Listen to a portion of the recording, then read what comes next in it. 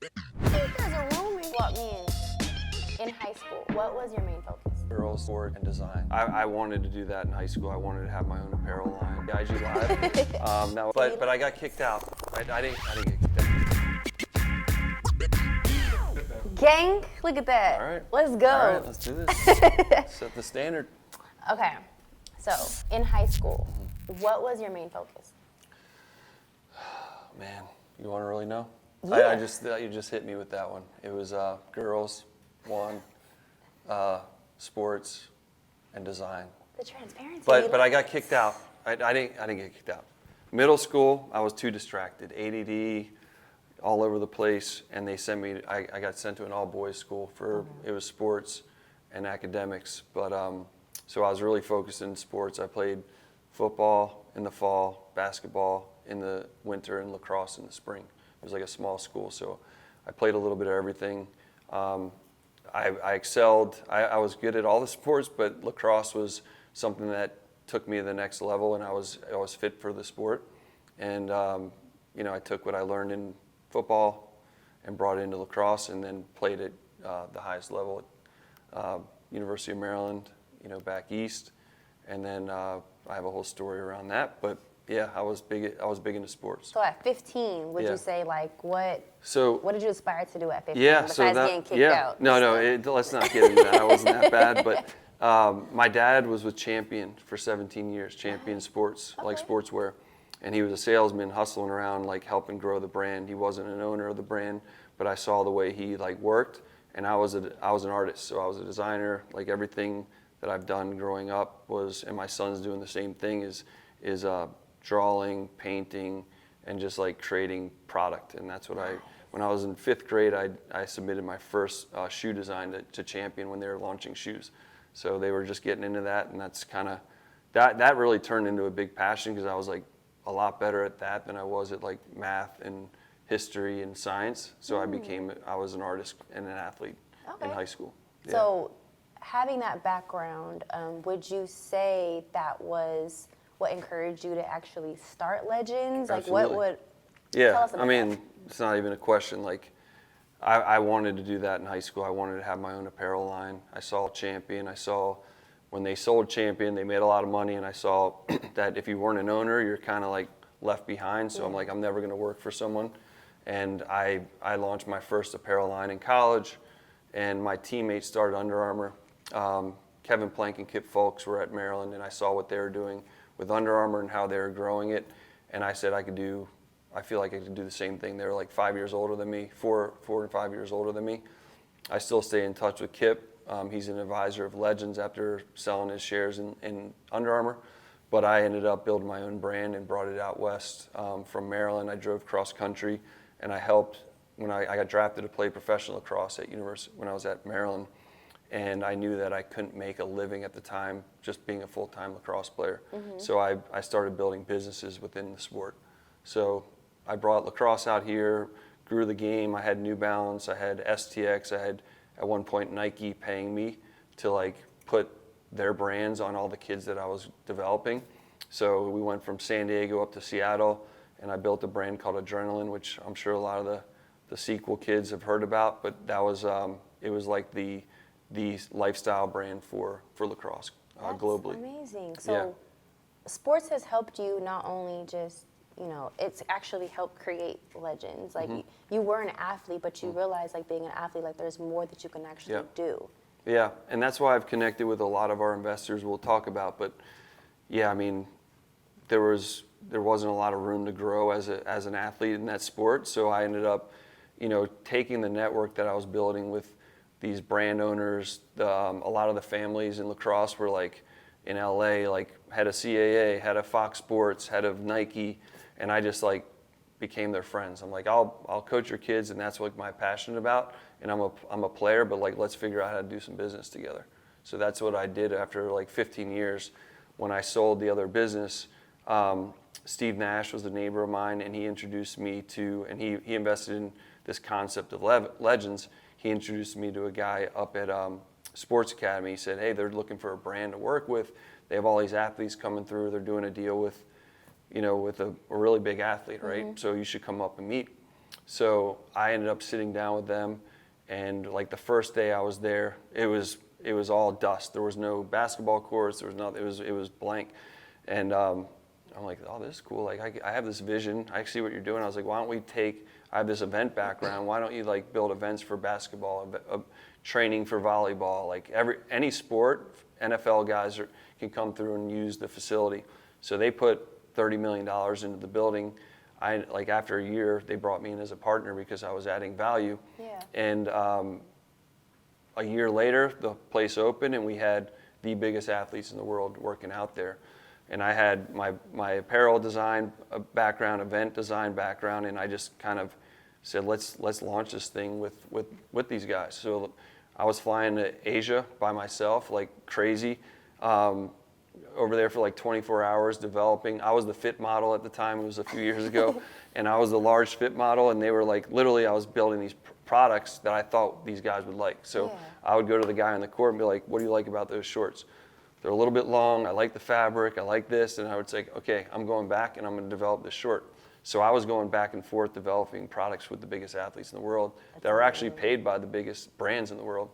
And that was kind of what kicked off the whole Legends concept. So there was guys getting dropped by the Nikes, the Adidases, and they just weren't spending money on like the mass athlete or all the NBA guys. It was like LeBron, KD, Kyrie, like those guys. So we ended up just like creating content with them. They ended up investing in this concept. And so like my sports background, my design background is what kind of like brought everybody together, and the relationships.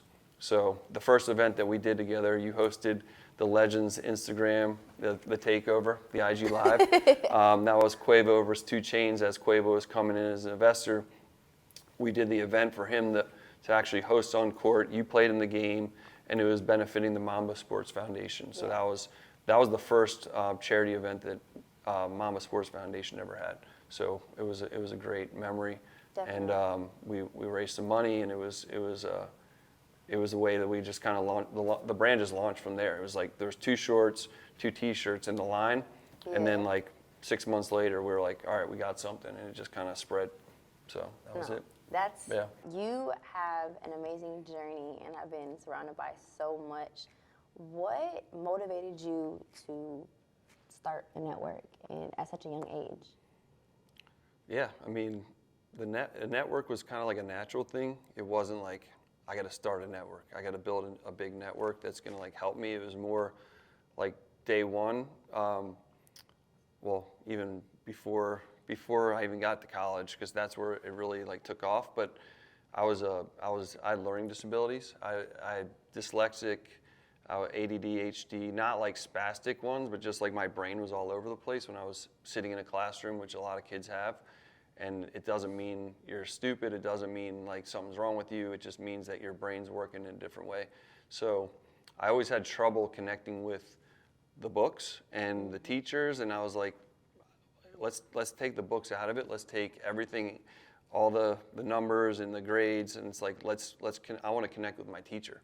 So I was like, I'm an athlete and I need to get by to get to the next level academically. So I just became friends with every teacher I had. Like everybody in the school, I like treated it like a business. And I would like walk down the halls. I know every teacher's name, whether they're mine or not. And I would just like sit down with them after every class. Like, how do I get better? How do I get by? Like, it was just more about like connecting with someone as an individual, opposed to me like asking them questions about school, because I didn't really know what I was reading. I couldn't really read. So I was like, I'm going to figure out a way to be this guy's best friend, and then that's going to get me to the next level. So I went to a small private school, all boys school, and that was easy to connect with the teachers.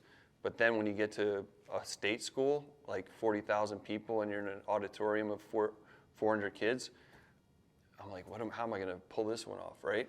So like class ends, first day of school, and I go down to the walk down the stairs. I was hiding in the back. I walk down, I'm like, hey, Mr. Jones, right? I'm like, my name's Scott Hochstadt. Introduced myself. I go, I need to get by. Like I'm going to be a little bit lost. I just want to be very transparent and upfront about it. Like I'm dyslexic. I got into school. I'm in the LD program here, which is Learning Disabled Program, LDS. And and I just like went up to every teacher and told him, I go, listen, I won't be able to get on the field unless I get C's. Or no, actually, when I got into school, I had to get all B's to like stay in school because I was already like an exception. So I did that times 100 teachers, like every year. I would every semester I'd go to the teachers and just build this like network of teachers at that level. And then the school provided, as an athlete, the school provided me with tutors. So I became friends with all the tutors, and then I would get them paid through the athletic department, and just like started running that as a whole separate business. And it was all networking. Like I could talk for hours about it, but like high level, that's how I did it. And I just like along the way, so that's through school. And then as an athlete, like you could be a dick, you could be sorry, excuse my language. You could be like, you could be a cocky athlete, you could be a tough athlete, you could be someone that everybody wants to be around, right? Yeah. So I said, I'm too insecure to be tough because I had all these disabilities, right? Mm-hmm. And I'm like, I'm just gonna be everybody's best friend. Once on the field, I'm gonna like kill you. Off the field, I'm gonna charm everybody and like just be everybody's friend. So so like the word gets out, like, oh, that's the nicest, that guy just chopped me up on the field and like, you know, cheap shot at me, but like after the field, I'm like giving everybody hugs. I'm like, hey, here we go. And then like, cause you can't beat someone who's out charming you. Like if you're out smiling someone, like, and just like becoming everybody's friend and treating people the way you want to be treated off the field, then like you're gonna go a lot further than someone who's just like arrogant, you know, someone that's just not taking care of people. So I've always done that, and that's what I learned at an early age, is like take care of everybody, treat everybody the way we want to be treated, and then everything else will fall into place. No, so 1000%. We definitely relate on the, I have ADHD, so I definitely struggled as well in school trying to make sure that I could just like focus. Like my grades are good, but I would say I was cool with my teachers, but not as cool. So that's actually a really good tip for the younger generation because they just feel like, oh, social media. No, it's not really. Social media is a networking place, but it's more so also like your teachers are your best friends. They're there to help you. They're not your enemies. Right, and I feel like the hardest teachers are honestly the ones that want to see you succeed. They don't want you to get anything easy in life because life really isn't easy. Yeah. So I can definitely relate on that. That's an amazing tip for y'all children, okay? Like your teachers, all right? How would you define Legends?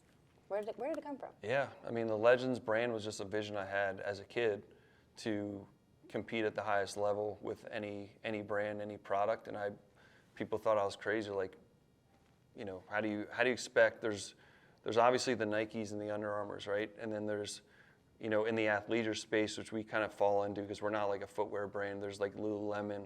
There's that the NBA and the NFL buys for their teammates or for their players. You know, like the travel gear and all that. They're a competitor technically. I mean, they consider us a competitor now.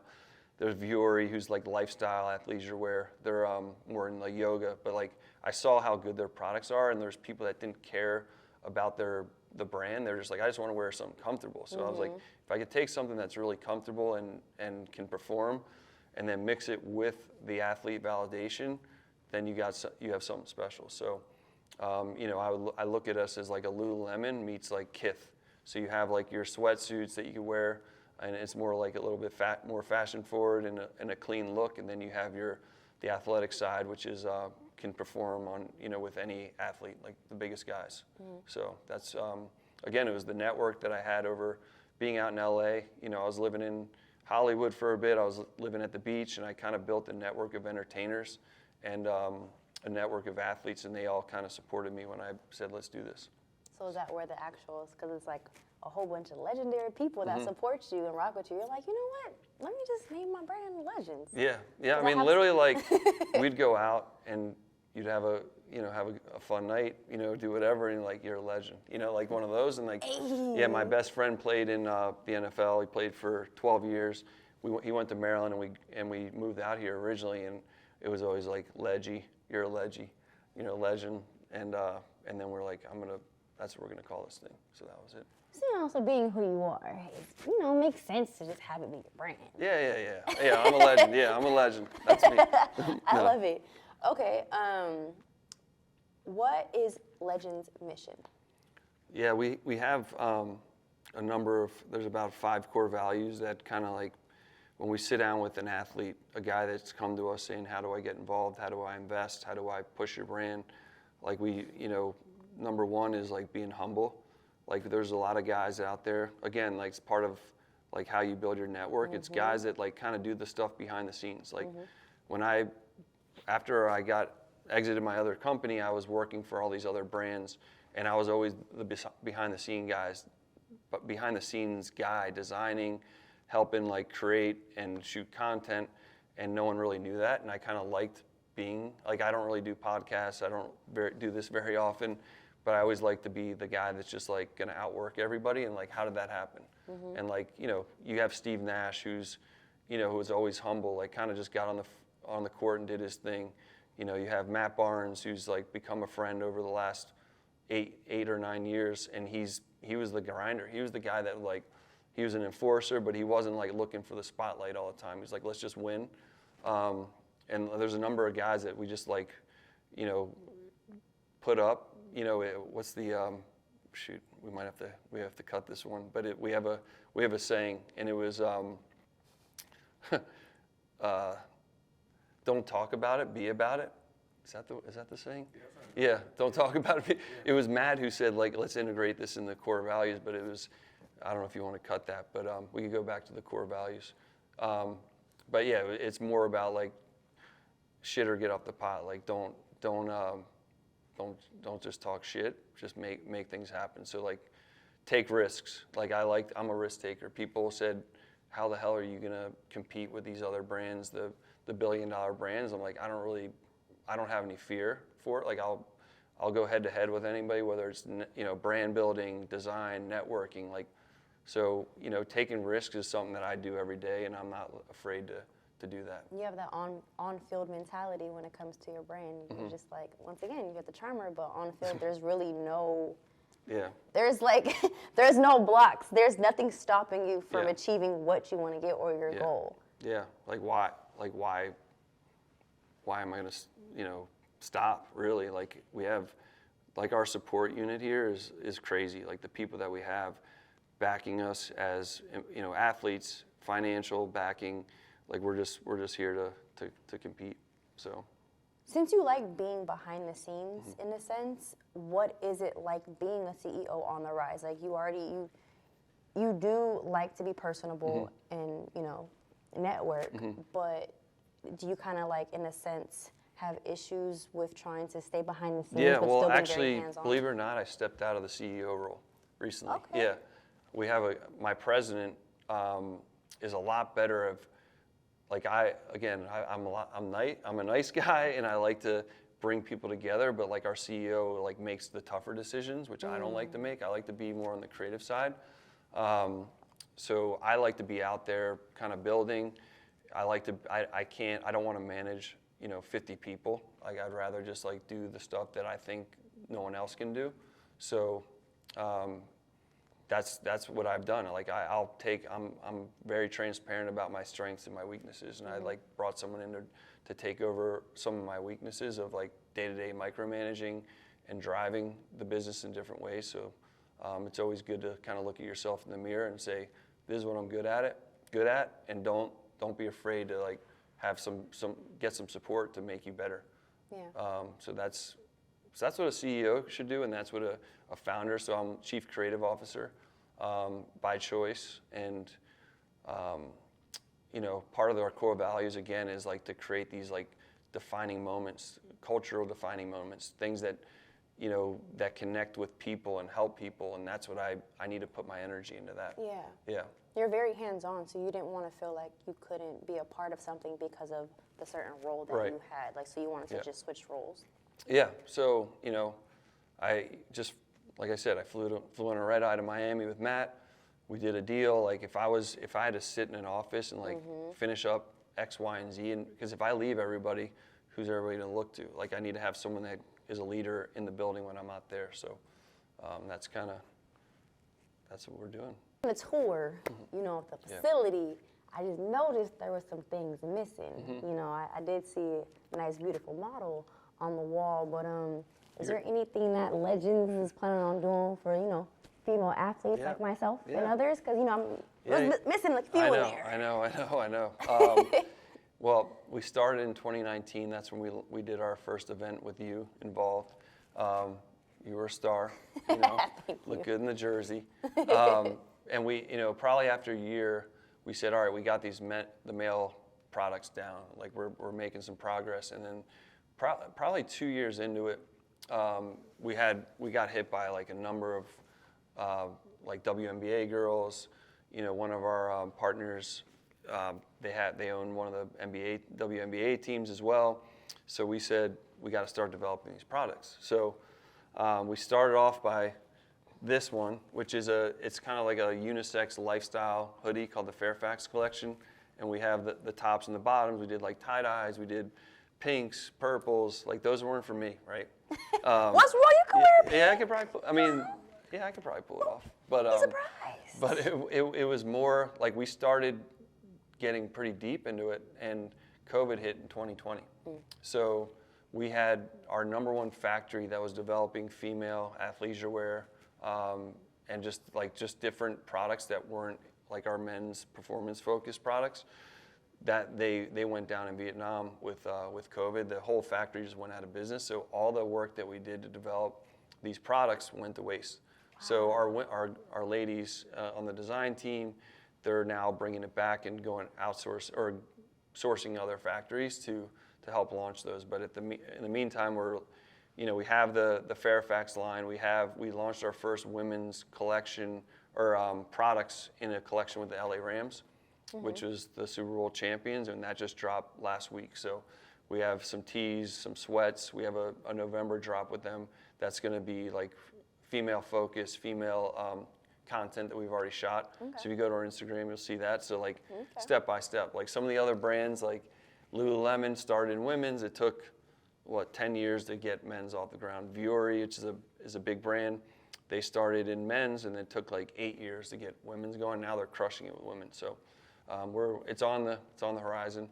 We want to come out. We don't want to come out half-assed, right? We don't want to have 3 products. We want to have a whole assortment that they could pick from. So to make sure it's done right. Okay. Yeah. All right. I just wanted to make sure and check because SEQL. Yeah. Quality. Yeah. You know what I'm saying? Oh yeah. No, I like it. I like where you're pushing. And then also, because we just want to make sure we have this on film. Can we just talk about my room that we're about to have? Yep. I think it's already painted pink. Yes. My guys got it done in about 15 minutes. So they went to what is it? Was it Lowe's? The hardware store? I don't know. They have paint. They went there and got paint, and they said this can be done by the end of the interview because they know you could talk. They know it could take a little while. So we'll see if it's done when we're done. Okay. Is there anything that you guys have planned in the future besides like the women's apparel that anybody that you have coming on board that you can let us know, and even high school, college? Yeah, we have. So we have, these 20 plus athletes that have invested. So we're going to start telling their stories a little bit more at the pro level, where we've had some college guys, we've had some local ambassadors in different markets that are kind of like creator influencers that, that they've been good, but we're leaving out like who we are as a brand. We're an athlete owned, athlete developed at the highest level company. So let's tell that story. So we're going to do that. We're doing some big collabs. We have some things in the works with like Motown, Capitol Records, through Quavo's relationships there and the relationships that we have with those guys now. There's some big ones that are, the Rams one is probably the one I could talk about now that just dropped, but that was to be in LA, have the Super Bowl champions, and do a whole. We have a shop and shop in SoFi. We sell on Legends.com. We sell Rams products on the NFL shop through NFL.com, which is kind of cool. So, yeah, those are just female-wise too. Female-wise, well, we have. That's the question. We've actually, again, we sat down with a really big. We had a commitment, and she's still waiting, but we're gonna launch with this girl. You can't say it just yet. I got it. Can't say it, but like that'll be. Yeah, it should be like a year away by the time all the products are done. Okay. Yeah. All right. Yeah. And then, I'll be shooting some of the products absolutely. as well. Yeah, you have a good memory. I forgot we tried to get you in it was the first Fairfax shoot with Cordell. Yeah. And it didn't work out, but we'll get something going for sure. No, for sure. Yeah. Last question, because you definitely dropped some gems and great advice, as long as come such a long way and you're like a true hustler. What is just something that you would recommend or tell someone that right now, like advice that you would give for anyone that wants to do the same thing that you're doing?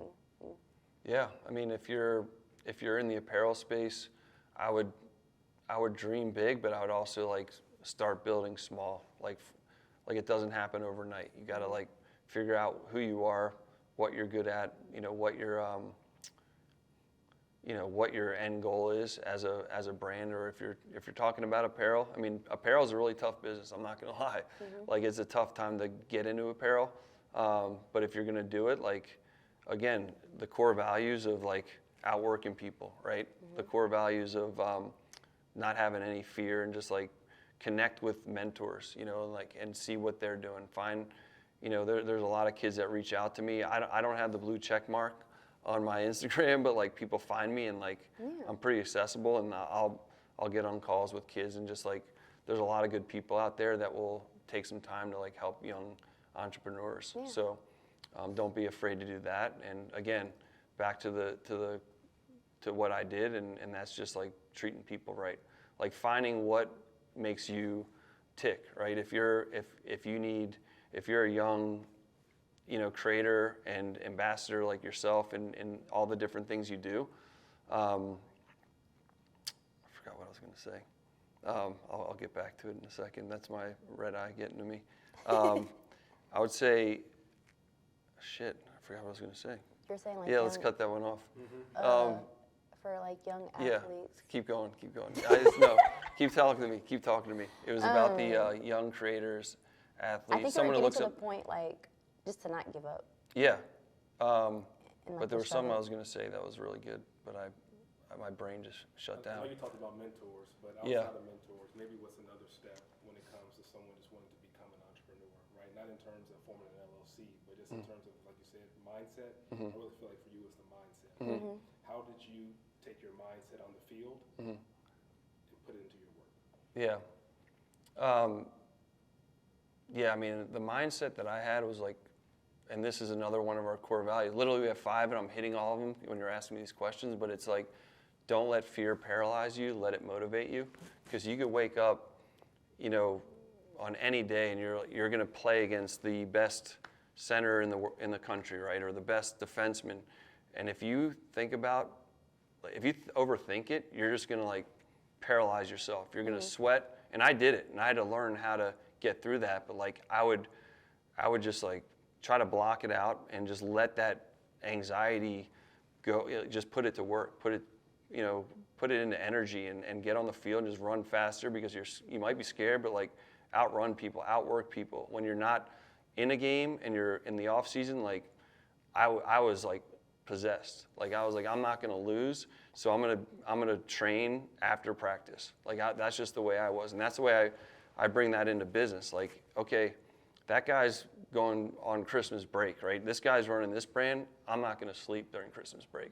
Like I'm gonna keep studying what other people are doing. I'm gonna put that into motion, whether it's design or connecting or reaching out to the people that I'm just gonna keep going until I win. That was kind of like that's the mentality I've always had, and the way I treat myself now, and what I want to like relay on to kids and my own son is it's easy to be lazy, but those guys don't go too far. Yeah.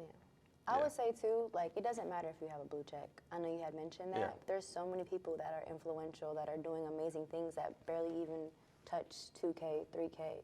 It's really like, once again, what you're doing behind the scenes, and your humility, and how you were able to just connect and be around other individuals. Like I would say that's another key thing. A lot of people think it's always about the following and having a blue check and being verified. You could be verified in life. You don't have to be verified on social media.